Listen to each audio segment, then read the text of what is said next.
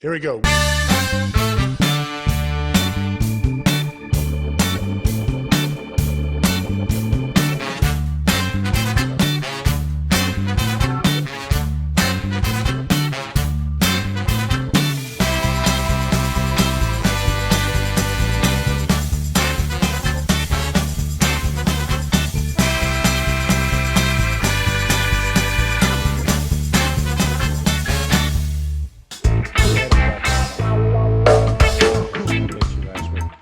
All right, here we go. 1, 2, 3. Boom. Hi, welcome to Control Talk. Now your smart buildings video cast and podcast for the week ending July 19th, 2020. This is episode 371. We talk about smart buildings, COVID, supermodels, whatever else we want to talk about. But what would a show be without your co-host and mine? Back in the saddle, the man, the myth, the legend, the one, the only, Kenny Smyers, the control man from Pittsburgh, Pennsylvania. Kenny, man, good to have you back, brother. How's it going? Good, Eric. It's good to be back. I had some things, got to get things done, and this pandemic thing, it's been just it's an anchor tied to our movements, but I think we're doing really well. I think we went back. Pennsylvania now has been reset back into some shelter-in-place measures again. Closed all restaurants if they don't serve. Let's see, it's kind of hard to figure out. It's like a flow chart. If they serve food, they can serve alcohol, and they can open up to 25% capacity. If they just serve alcohol, they can't open up at all. And there's different. We're working our way through the matrix. But how's things down in Georgia, Atlanta? Well, no, it's crazy. I tell you what, God, there's been some unfortunate incidences, with the riots and all. There was unfortunate shooting of the young man that he had the taser out and was resisting arrest and ran. And there was a big, huge, they took the Wendy's over, they burned it down. There was all these, you probably saw it on the news if you watched that kind of stuff. Well, apparently they've occupied it down there, the protesters, and they've had assault rifles and all kinds of stuff. So the police have just sort of stayed away. And unfortunately, this, African-American woman and her 8-year-old daughter were driving around down there and just minding their own business. And I guess the people that were occupying the Wendy's parking lot decided that they weren't allowed, and they killed them, shot them. Oh, dear. And so it's out of hand, and of course the police were staying away because of the police riots, and now they just want the police in there. So it's like, I think, the police reform has got to happen, but I think, we also got to support our police. I think that there's some, individuals, just like in any organization, that should be held in check or whatever. Right. But, the places where they've defunded the police on the murders are just going up and up and up and up. And unfortunately, it's not necessarily the affluent neighborhoods. It's in the very communities that seem to be protesting the most. Anyway, it's a mess. So we got that going on. The second thing we got regarding COVID is our governor is suing the mayor of Atlanta because the mayor of Atlanta, if I'm understanding this correctly, issued a proclamation that everybody in Atlanta had to wear a mask. And the governor has decided that, that wasn't for her to say, if I'm understanding correctly. So he's suing her for doing that. Several other cities where Wait, let me get this right. The governor of Georgia. Georgia is suing the mayor of Atlanta. There's got to be something wrong there. It doesn't make sense. You can't pick up the phone and work this out beforehand, huh? I guess you got to make political. I think so. And I don't know the politics of it. So if I've got this wrong and being unfair to either side, I apologize. But it's kind of the times we live in. But apparently he's saying that the governor's encouraging people to wear a mask, but he's not requiring people to wear masks. He's not making it a mandate. And I can't tell whether he is just upset because he thinks, and maybe he's got a point here, maybe it should just come through. There needs to be, leadership. And if he makes that proclamation, everybody follows it. And if they don't, but, he and the mayor, and of course, the governor's mansion's in Atlanta. So it's like he and the mayor. Well, it really brings up a lot of stuff, and you're right. It exceeds my pay grade because you've got the governance. You got federal government. The federal government leaves alone, the states do, and then the governor, being the executive officer, basically of the state, would hold certain powers, executive powers. And if he makes a statement, can that be trumped at the lower levels, at the municipality levels, at the city levels? I'm not familiar enough with politics, but maybe the mayor is in her right. Maybe it's because she has to deal with an issue that's more immediate and smaller. It requires different measures than, right. She I don't said know. she's saying that she's got to protect her family, and her family members had it, and the people need to be protected. And and to me, it just and I think if I'm reading this correctly, one of the governor's big constituencies is he's very pro business, and I think a lot of the pro business people, restaurant owners, I think in particular, are saying, "Hey, you're killing us if we're going to make people wear masks." But God, it just really is disconcerting, because it seems like even if the mayor said that, the governor could just, I don't know, they need to be on the But the same page. the lawsuit's what I didn't like. I mean, Oh no, having conflict it's understandable, right. and I don't know who's right, on that side of the, and those issues, because it's all driven by the local circumstances. So I mean, and I think it's why the federal government and state, that's why it's worked so well for so long, because nobody has the same situations everywhere. There's no universality of issues and problems like this. So, I know you're a mask person. You're in favor of it because simply reason we saw some very interesting diagramming, but there are folks that still don't believe a word of this whole thing, and they think it's all some sort of a mythically driven, marketing driven, politically driven, economically driven. They got the whole world to come in on, right? So I don't. If it was just in the United States, I could buy into, well, maybe it is, political or whatever, but this is an international phenomenon. Right.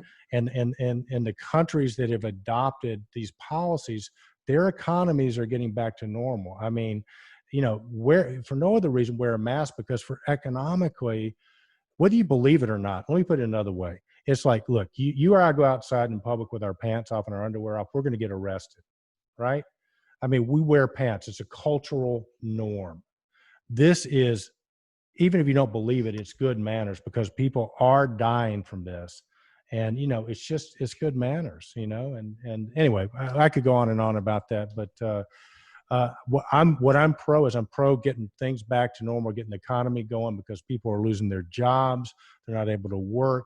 And if this thing doesn't get solved, okay, so when you're not wearing a mask, you basically could be putting people out of work. And I say that because if you look, and I've got friends in Australia, I've got friends in the Middle East, I've got friends in Asia, and the places where they've adopted these policies, they're getting 0 COVID cases now, and their economies are opening back up. So if you want to make America great again, then let's make sure we can get people back to the manufacturing plants so we can manufacture stuff instead of, anyway, how did I do?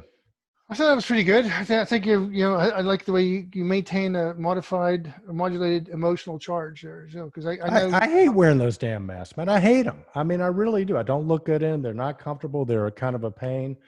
But it's like when I go out in public, it's like I'm being considerate of other people. Right. Well, we did that little diagram. That they say infected person on the right, non-infected person on the left. If you were to spray water or pour water, if neither one of them's wearing a mask, then you pour that water, or you talk to the non-infected, the infected talks to non-infected, then the infected is going to get completely wet, doused with that water. And then if the person that's not infected wore a mask or wore pants or clothes, and somebody wet them, the infected person wets that person, then he's only getting a little bit wet. The clothes will absorb some of the wetness.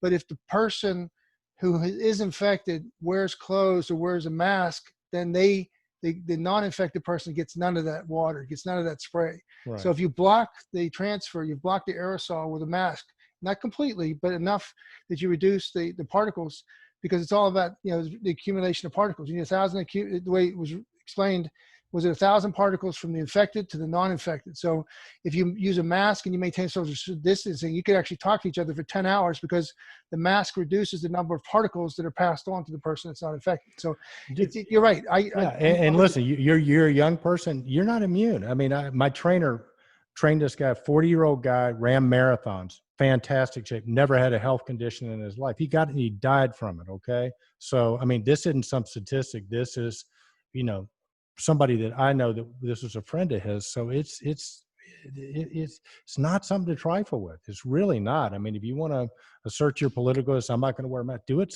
with something else. You're better off going out in public with your pants off than without a mask. I don't know about that one.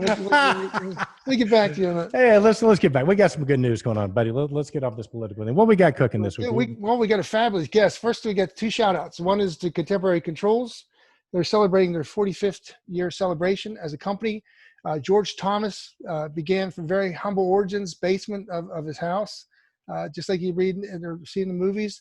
And he's taken it to a global company. In fact, they just announced that they have another Spanish language website, so that they've got a lot of business around the world, and that and we're just so happy we had the opportunity to know George Thomas, to work with him, to work with his people, to know some of the extraordinary innovation he came up with. He basically taught the world BACnet. If they wanted, he gave away a document, a book that was basically the BACnet 101, talked about networking, talked about all the things you need to do to be skillful in this profession.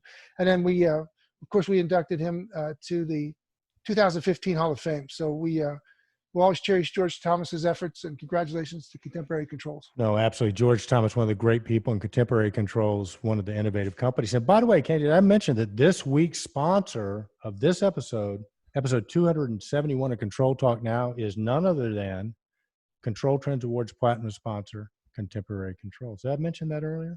Yeah, no, you didn't. I'm just good. I did now then. So good. They're officially our sponsor this week. Alrighty. But George is one of the great people. Yeah. The second quickie that we want to do is Antunes, Antunes, however you pronounce it, has basically changed their names. They're now called Crossroads Controls.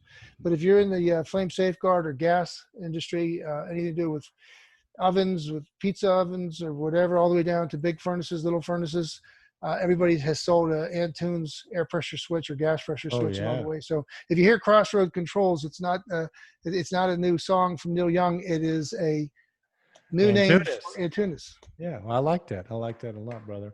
Well, hey, speaking of really cool peeps, an old friend, and I don't mean old like in age, but somebody we've known for a while in the industry that's just doing great things. So excited to have her on the show this week. How about introducing her? Eric, I'd love to. We have Miss Therese Sullivan. She is the customer marketing leader for Tridium. Welcome to the show, Therese. Welcome, Therese. It's great to be back. I'm glad. Well, I mean, you guys were always work from home in terms of Control Talk Now, so True. No difference. Here we meet on Zoom. Yeah. Except we love because we're meeting everyone on Zoom. We really love the digs that Tridium Honeywell gave you. Obviously that's a great place you got with the Golden Gate Bridge in the background. So looks like you're not hurting out there in that beautiful California. That's prime real estate there. Yeah, it is. Yep. Actually, I have the same view out of the back of my window too if I actually use my Zoom setting, but it's great. Therese, have you been? We missed you. What's been going on?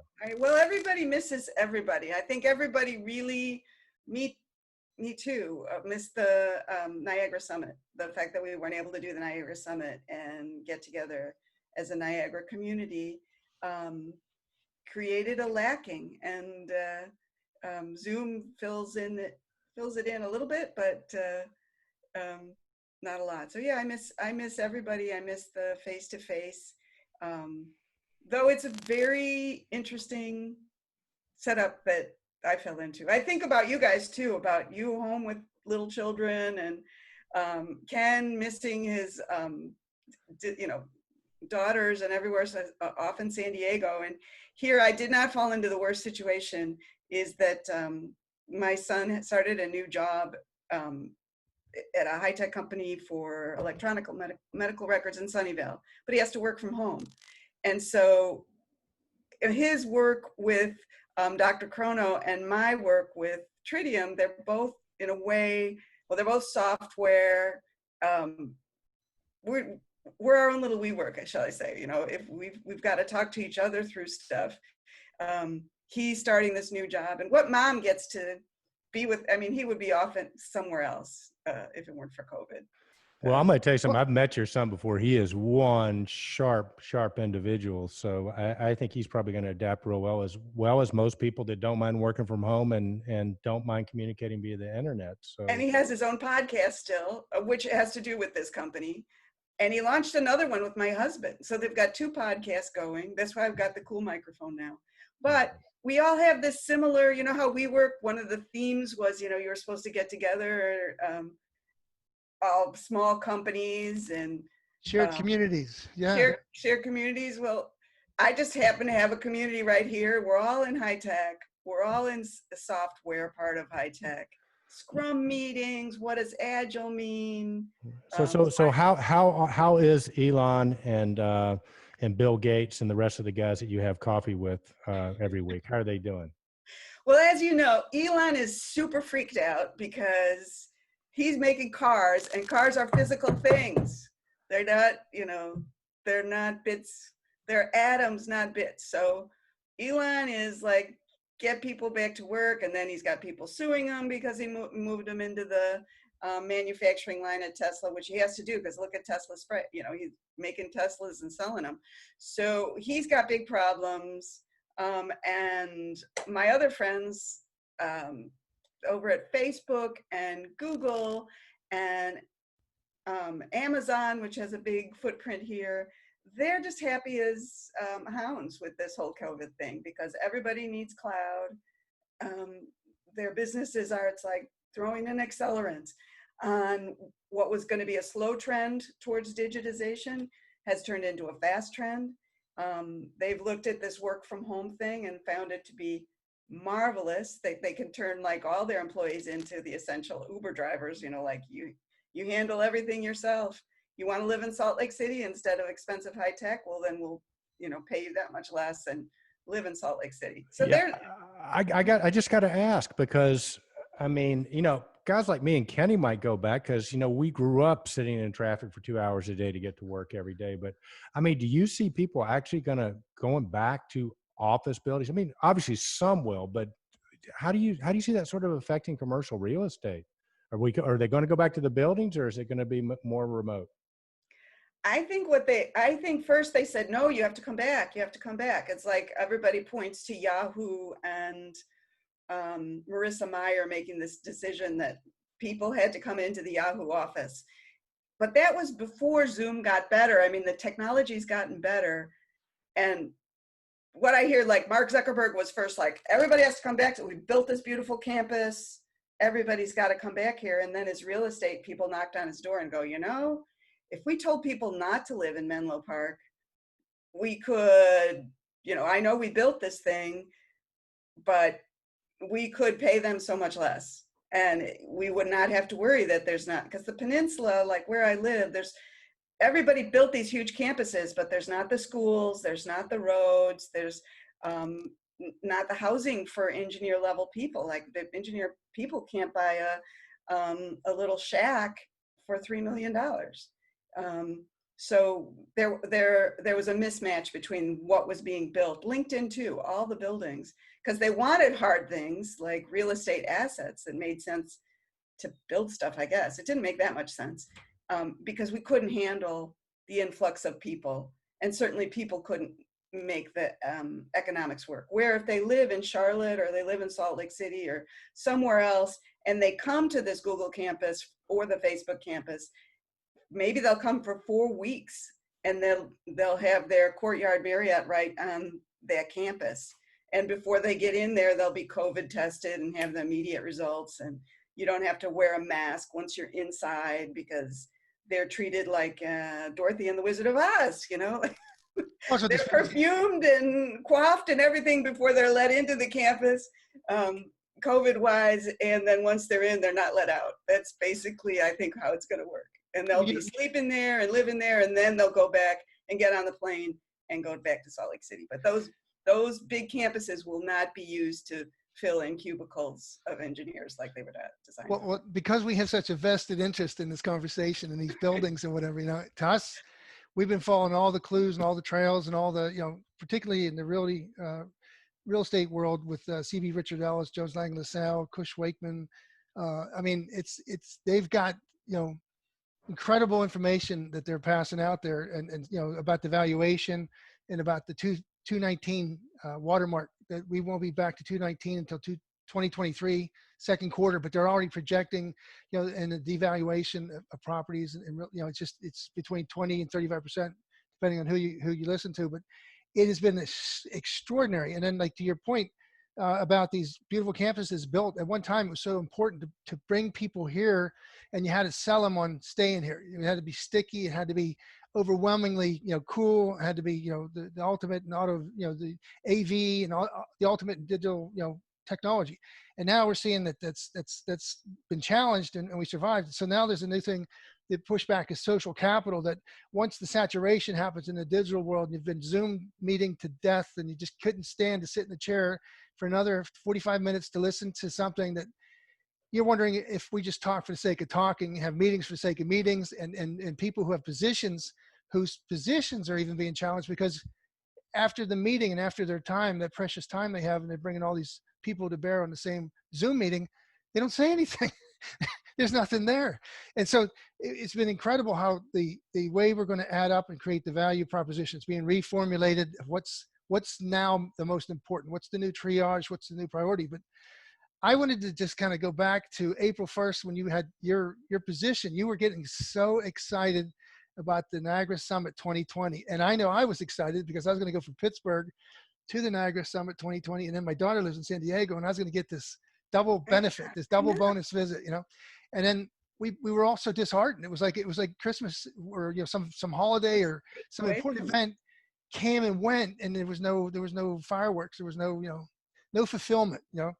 And yet since then, so that was April, early April, and now it's we're in mid-July, and we survived, and we've modified our lives. We've morphed into new people, and we work with Ken St. Clair, as you do, all the time, and he keeps saying how we're being, you know, we're going through a renaissance period, we're reinventing, we're morphing into some new thing. But one thing for absolute certain is we will never return to whatever it was. You know, there is no normal to go back to. That's the wrong philosophy. You want to aim everything forward. Like we had Lauren Scott, Eric and I had mentioned that she wrote an article about, you know, this is the opportunity to move forward, think forward. Everything should be now based on, from a new position, a new platform, to the next, you know, big benefit, big opportunity. So it's amazing how some people look at what happened and they're remorse and they're sad, but a lot of people are looking at this, you know, as a way to jettison some of that old baggage, you know. Yeah. So, I keep quoting Taylor Swift, "Shake it off, and we're never ever getting back together." Oh gosh! Wow. Okay. We in conferences, we in these huge conferences. I mean, the people are going like, "Wow, we got to do it," like pretending, and I'm like, I don't know. You know, eventually, yes, I started hitting the play button on Taylor Swift. But we are never ever getting back together. Well, but I don't know, from Silicon Valley it looks like that. You gotta change. No. I think we're still going to all be dating, which is the relationship's going to take on a different form. And I guess that's sort of the gist of, I think everybody's trying to figure out. And I think for our industry specifically, if we can figure out how our control systems and our information and our analytics can help get people back into buildings. Because again, I'm with Kenny. I mean, if I own commercial real estate, I've got to be freaking out now. So my question is, how do you see the opportunities changing? How can a company like Niagara or Honeywell or Tridium or their integrators help get people back into buildings? Well, I mean, there's so much talk about that, and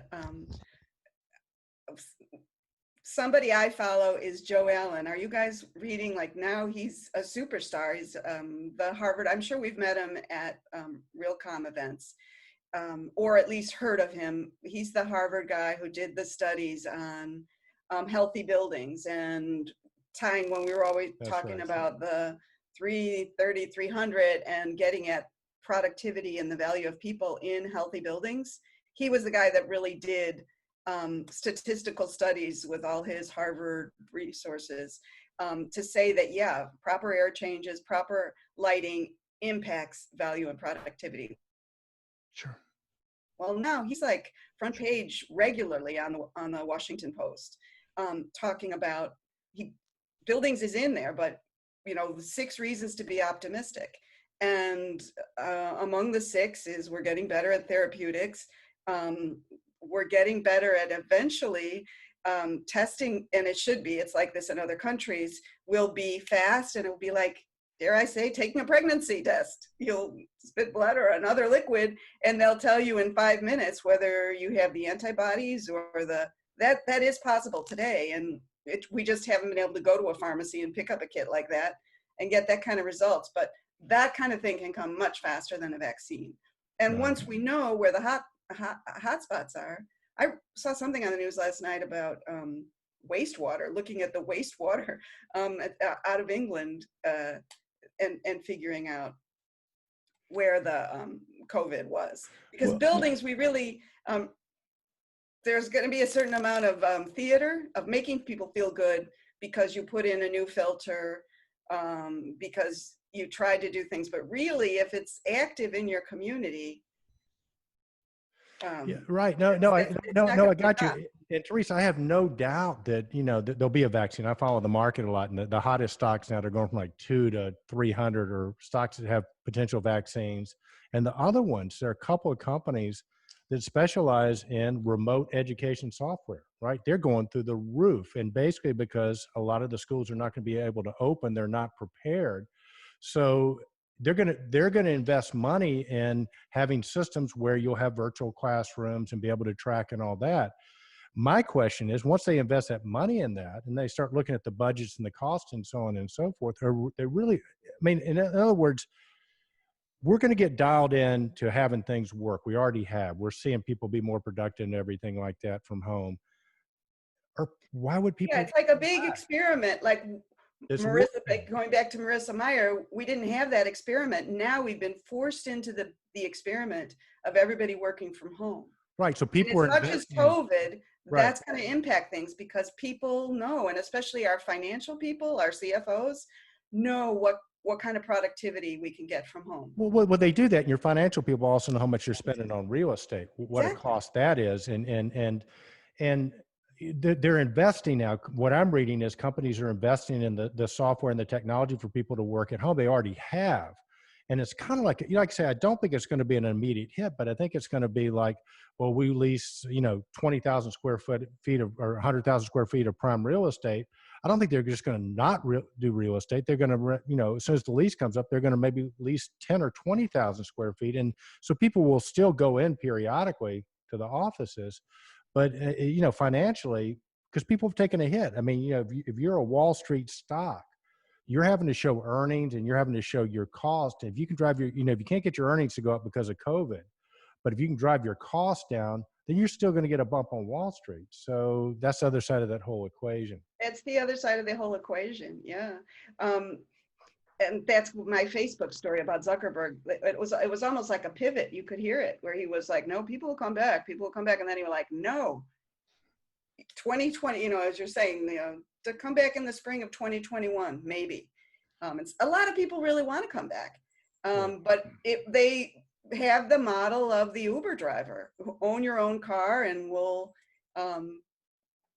give you some employment because we're atoms, not, we're bits, not atoms. We can work with the cloud. We're knowledge workers.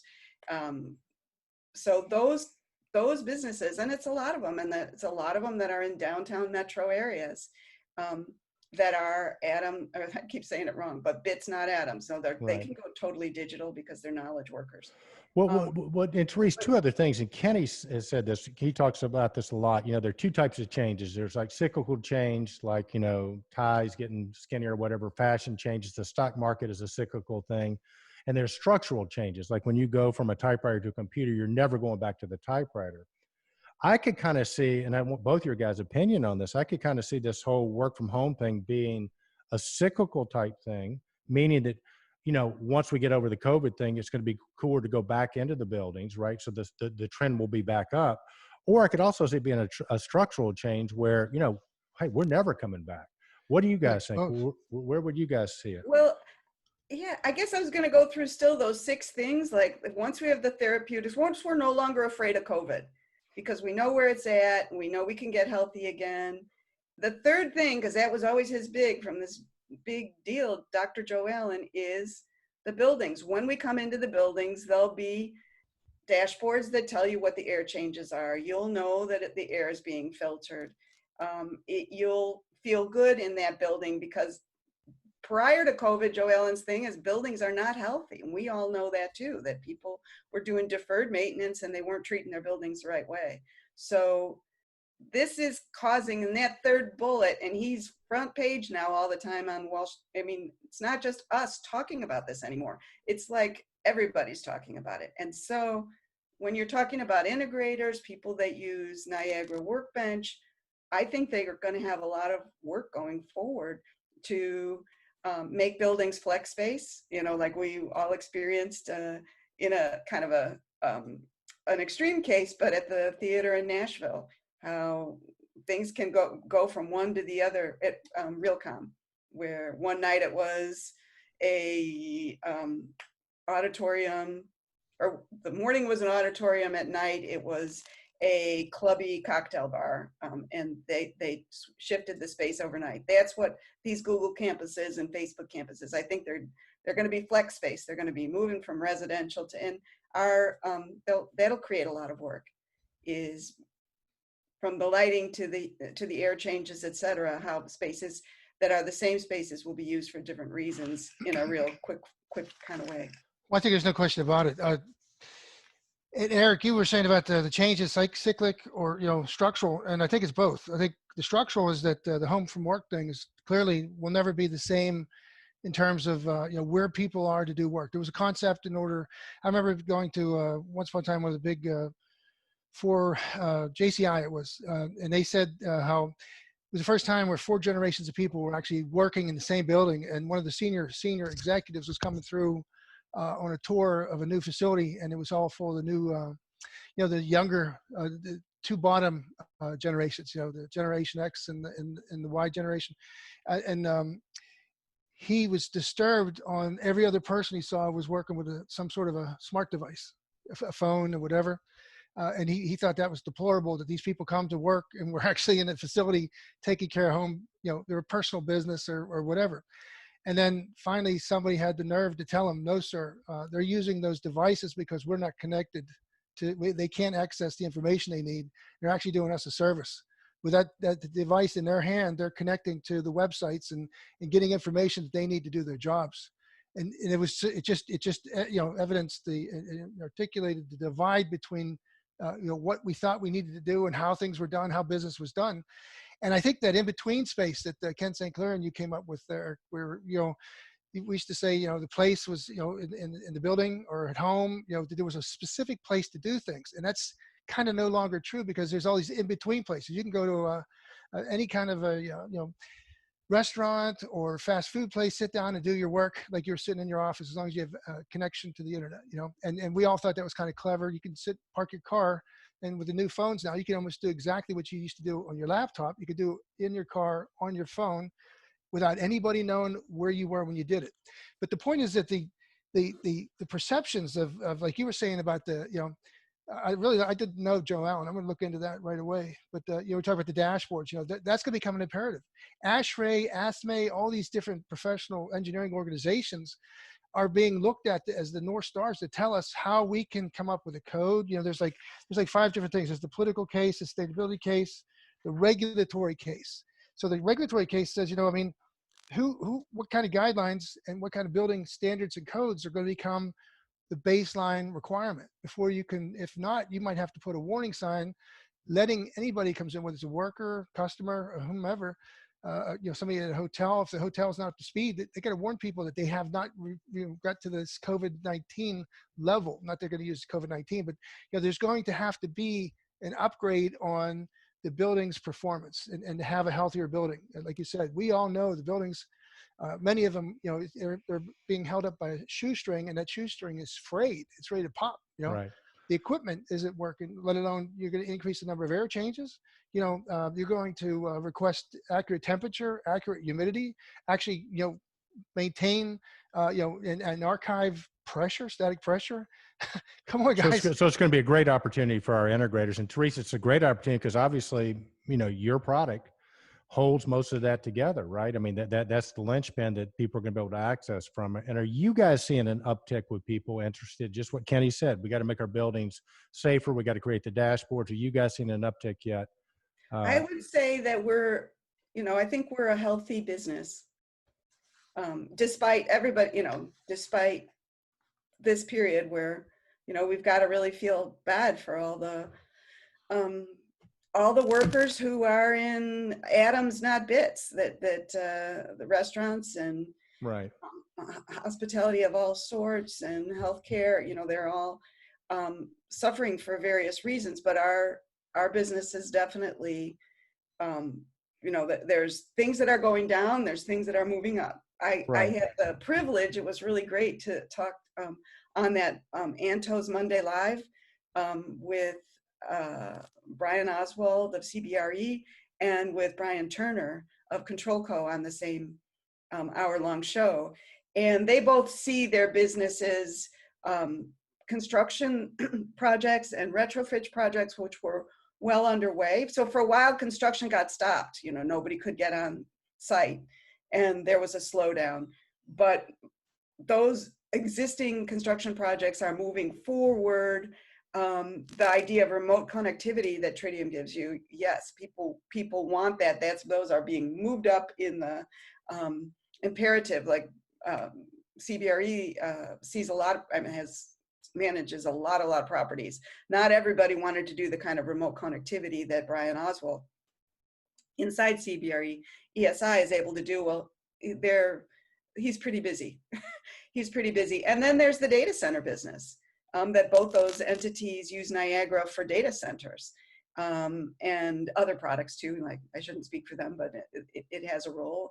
And that business, again, the companies coming out of this smelling like a rose are the Amazons, the Googles, the Microsofts, because we're all moving faster to the cloud.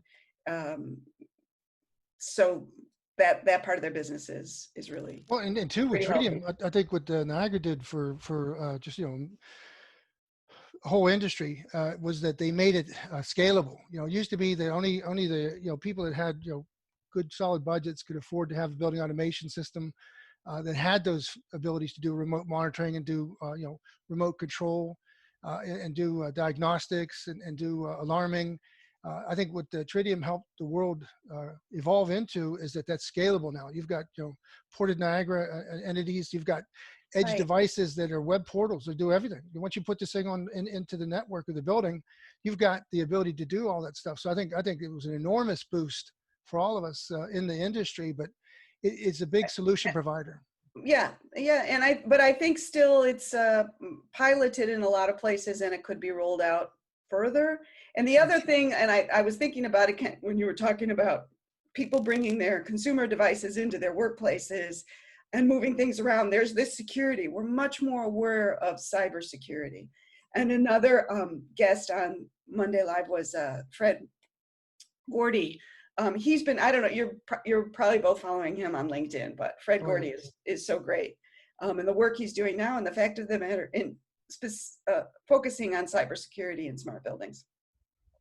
The work that he's doing now, he's seeing empty buildings being a real target for phishing expeditions for OT type servers are 400. He quoted something. I'm going to say 400% up, 600% up during this COVID period.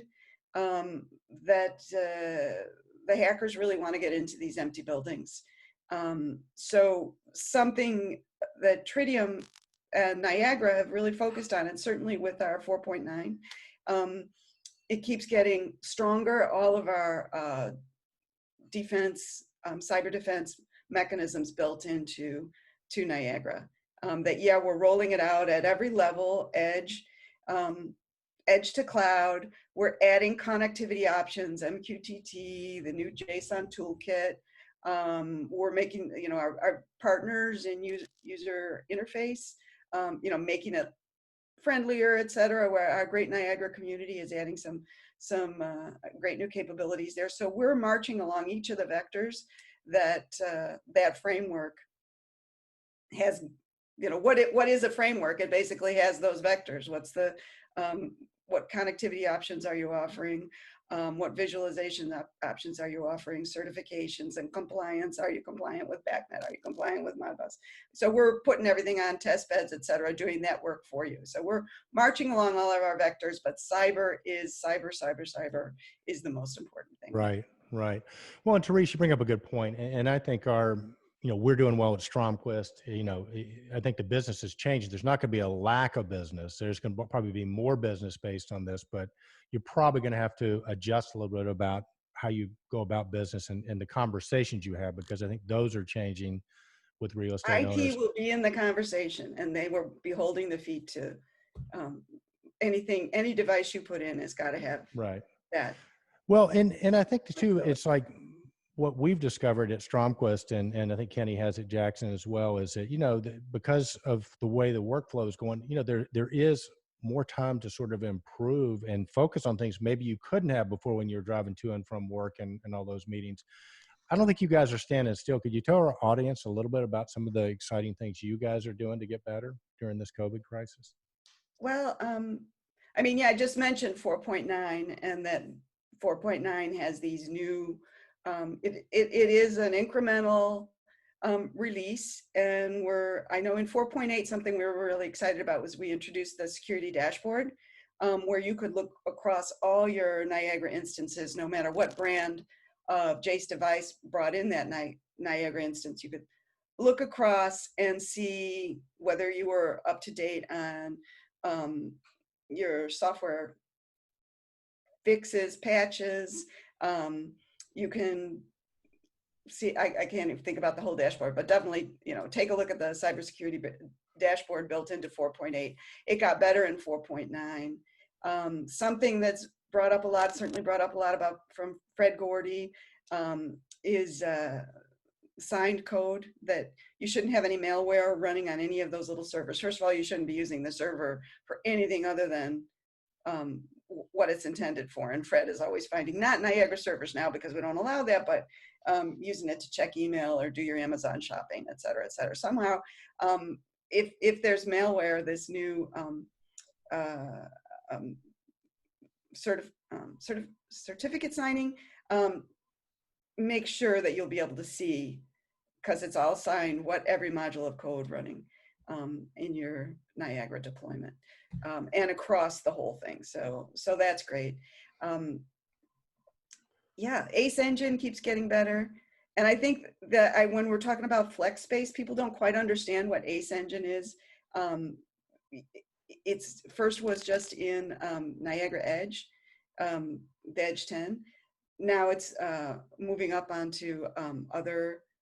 You can get the Ace Engine, and the Ace Engine basically is for fast startup times. Again, it can be difficult to take down when you want to do an upgrade or tweak something, change your rules. It can take a long time, and the Ace Engine is, if you're working with it the right way, it speeds all that up, so that your occupants don't feel the pain of taking down your building management system. And Therese, Eric's point, Jackson, the cybersecurity has bumped up into the, almost the pole position, but with Fred Gordy and with Totem Trusted now, we're finding out like they're piggybacking off of the great work that Tridium's done in Niagara, but there's so many more different, considerations. There's a physical layer where you got people, and you got, our world has moved into the cybersecurity world, and OT finally has begun to realize it's a lot like IT. The things we're using servers. We're doing a lot of things that are very, almost typical of an IT operation. OT now has fallen suit. But in 4.9, we work with Tridium Vicon daily, and we know that the 4.9 brought on a bunch of good changes. The single sign-on,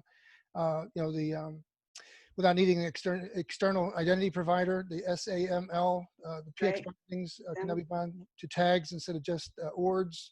Jetty web server crash fixes, IT scanner crash fixes. A lot of good stuff happened in 4.9. And before we forget, we were telling the Control Trends community there's a Tridium talk now, or Tridium talk on July 23rd, and we'll have a link to that. Right, hot right. button. I think, and Brent's going to do that. And Brent Lowe is our product leader, and he'll be going over those new features, things like, as you say, the single sign-on. Sam will, and there's so much content. Again, the being at home and everybody working virtually. Our team, people like James Johnson and Kevin Mamajek, have really stood up and started doing a new series. We're calling it the Niagara Pro Tip series. We're getting those up on YouTube. Check out the Tridium YouTube channel. So YouTube and search for Tridium, and you got some great new content from James Johnson on provision, all his tips and tricks for provisioning Niagara. Another big thing that happened was AX end of life. People, and I think that's what, when we talk about Joe Allen and his point number 3, buildings have got to get better, and we've got the spotlight on us now. We got to quit doing dumb stuff. And one of the dumb stuff is, keeping really old devices and software on devices and not being up to date, first of all, on the security patches, and second of all, on all this new feature function. So AX, we have to, we're a software company, eventually things get deprecated, and AX will be deprecated by July 2021. Yeah, and you guys got the big countdown on the calendar, 354, 353. It's a pretty cool. Yeah, people have to start doing it. So, well, and many have, but then it's just like, Jeffrey Moore's curve. You have the early adopters and the laggards. Well, it's definitely time. But you all started it too, Tridium. Again, I think what's happening now is, and who was it, Eric, that told us that we would eventually be moving from a product-centric style business to a managed service style business. I think we're on our way. I think you told us that. No, what's her name from? Therese, you know her too. Roland. Yeah.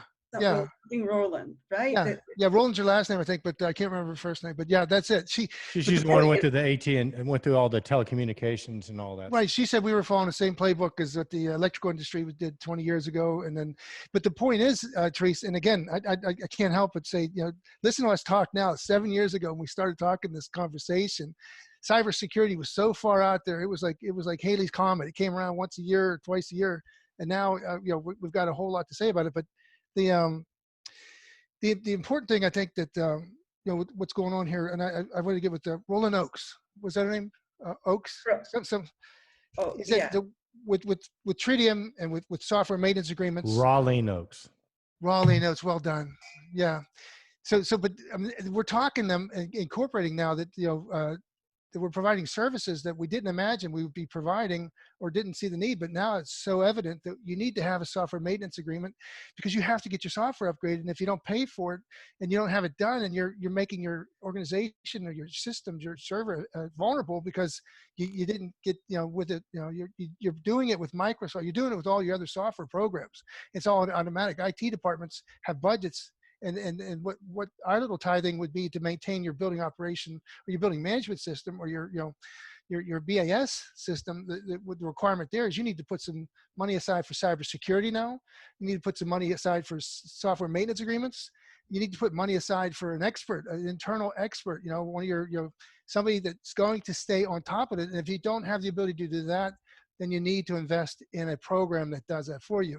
Now, Tridium has made a great leap forward and having that security dashboard, but that's just the software end of it. There's more to it than that. There's network security, there's physical security, and see, we didn't have this conversation like this. So I'm impressed with how much we've evolved into. We used to be over here, but now because of the circumstances and because of technology, we're over here now. So we're moving across the continuum of the what's going on, but it's not where I didn't expect to be here. I don't think I ever expected to talk this much about cybersecurity. Right. And I think mentioned that this period is just like a little bit like a Mercury retrograde, and like the idea that not that I believe in astrology, I don't really, but just this idea that you get a chance where everything slows down, gets discombobulated, and you get to do some redos and go back and do it better. And in a lot of ways, I feel like, yeah, we were definitely, Tridium, in terms of understanding the cybersecurity mandate, our leading customers told us what we had to do. Our Paul Mamajuks, told us, how, the directions we have to move, and worldwide. Like I just finished 2 case studies from Dubai, and Dubai has interesting building. Their stakeholders are a little more aligned, but they're already doing performance-based contracting and so much with Niagara, whole smart cities, all with kind of powered by Niagara. It's not the technology sometimes that slows us here. It's the way things are aligned. It's the whole value chain in real estate, where we don't have all those people focused on what's the network, what's the physical security.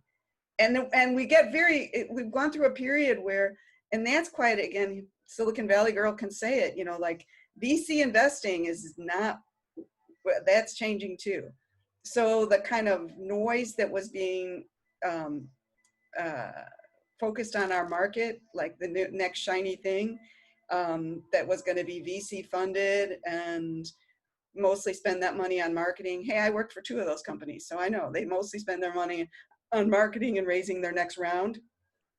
But really having a solution for the long term was nothing they were ever interested in. No, hang on a second. Let me make sure I heard you right. So you're saying that we're no longer the bright, shiny object that we've just been sort of cast aside in terms of this. I feel used, Therese. No, we were not. There was a lot of bright, shiny objects I think that were Therese coming talked about- into buildings that were Yeah. like the next IoT solution in AI and machine learning. Well, I'm going to tell Sand you. Hill Road says us we're the best. Sand Hill Road told us 5 times we're the best. They gave us 2 rounds of funding. They're not getting their 3rd round. Yeah, well, you can just tell your friends in Silicon Valley that I will always be a bright, shining object. And I have one final question, and I've been saving it. Couldn't wait to ask it. Again, the big letdown, no Niagara Summit 2020. I know that you have something behind the black curtain there. You've got something that you're working on, some fabulous alternative to it. What can you tell us anything about the next Niagara Summit? Well, we're gonna keep looking at it. I mean, I think it's really important to keep the community together. So either that's one of the reasons I'm working so hard digitally on the changing what Tridium.com is, because you can use newer tools for better virtual events, and I really would like to get to that point. And things might, I think we will eventually, for all those Joe Allen reasons we went over, there's reasons for optimism. We are going to get beyond this. Cool. And we are going to get back together, but it might be smaller venues or, all right. I had to ask because, I don't have very much to say. Curious.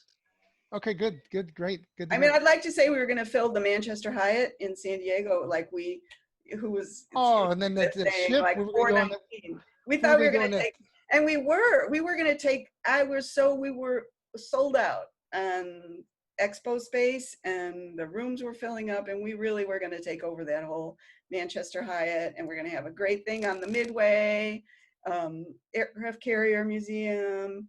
And man, that would have been so great. I heard we were going to get to take it out for a spin, that they were going to take us out in the bay there. And the Interoperability Blues Band was going to play, and that was going to be fun. We were going to sing We Are Family.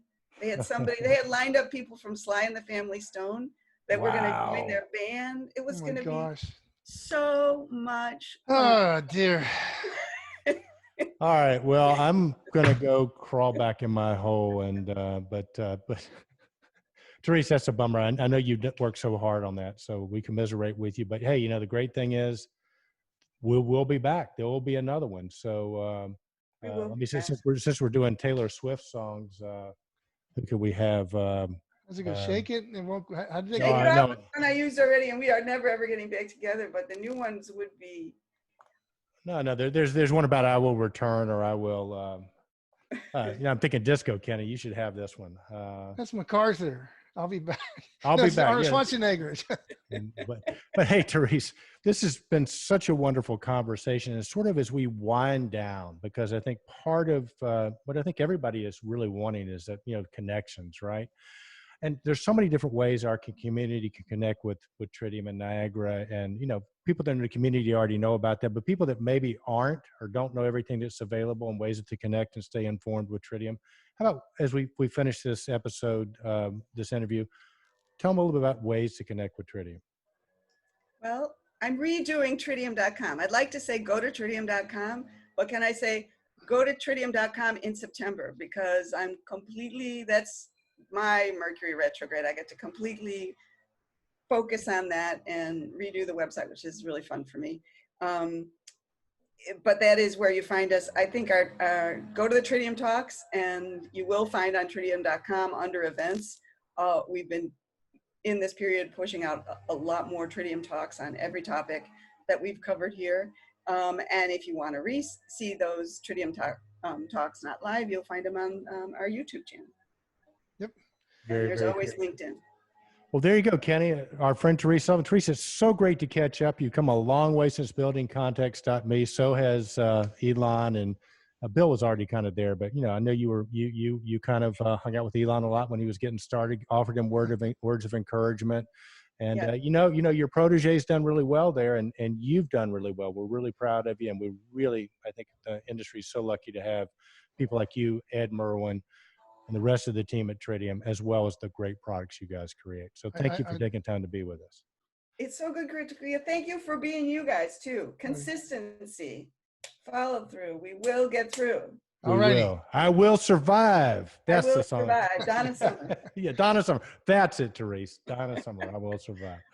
Kenny, man, it's so good catching up with Therese, man. We go white. Remember when she was just starting building Context.me and yeah, I mean, went on our show. Well, I remember we'd ask her questions. We were like, we were. She basically gave us the introduction to all that IoT stuff. Remember that when IoT first came out, there was the Internet of Things, and what does that mean? And she walked us through a lot of the early explanations, and we did a lot of early shows with Therese because she just was so generous, and she just knew so much about everything that we were taking this strange entity out there that basically lived out in the Silicon Valley area, and it came on the main stage, and look at it is now. We're talking, it's like old hat. We're already involved in the next level of IoT in terms of cybersecurity and the other stuff. Well, yeah, and hats off to Tridium and Honeywell for hiring her. I mean, what a great addition. She was a great addition to the industry before, but what a really, really savvy move to bring her on in the role she has at Tridium. She's just doing a great job. So. Yep. All right, brother. Well, what you got planned for the weekend? Slow. We just talked about all the reasons why I'm not excited about going anywhere. I'd love to go to a Pirate baseball game right down here.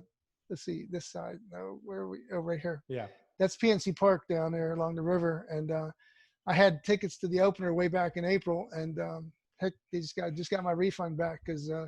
Apparently they're not going to open. The next time they go down there is in October. One of the people we know, Jim Jancy from Wright Brothers, his friend works down there at PNC Park, and they told him next time they'll be meeting together to work will be in October to close the PNC Park down. So, man, but they're participating in the 60-game season though, right? But they're not going to play it. Yes, they are. Yeah, but I guess there's only just like Therese says, you're going into a bubble. You're going into this basically sanitized environment, and you basically don't leave it the way I understand it, so that nobody's introducing anything and nobody's taking anything out. So it's just kind of That's the way it goes. All right. Yeah. Man.